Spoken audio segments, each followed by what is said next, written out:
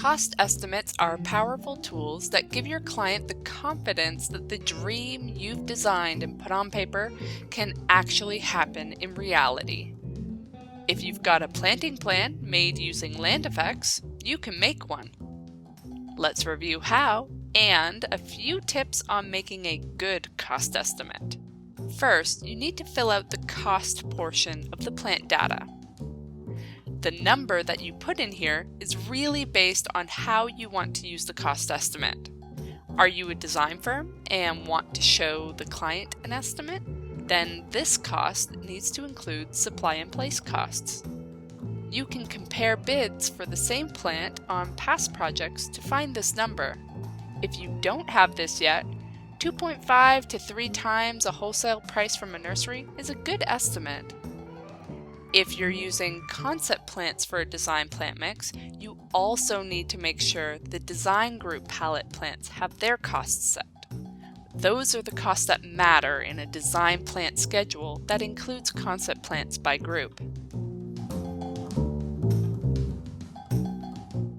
Then, when running a plant schedule, check the box to include cost. Run the schedule, and you've got yourself an estimate.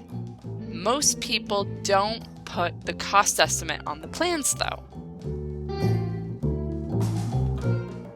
In that case, export the schedule to a spreadsheet.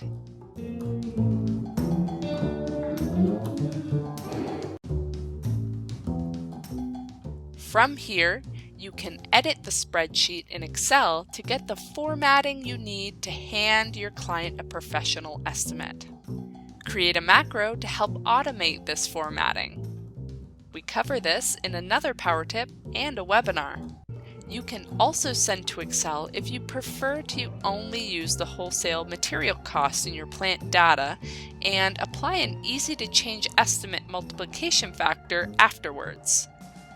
This would be practical for design build firms, where the multiplier applied to the exported costs is based on your own labor costs. It's all flexible, and you can change the workflow with these tools in the way that suits your business best. Save all of these plants with costs in a template so that you'll have instant cost estimates when you import from that template later. Make sure to take time each year to review old construction bids and update the costs in your template. You can also set default costs for Field 1 plant sizes in your preferences to make sure even new plants start with a rough estimate. Pair a cost estimate schedule with work areas to break down your estimate so your client understands exactly how their money is going to be used effectively.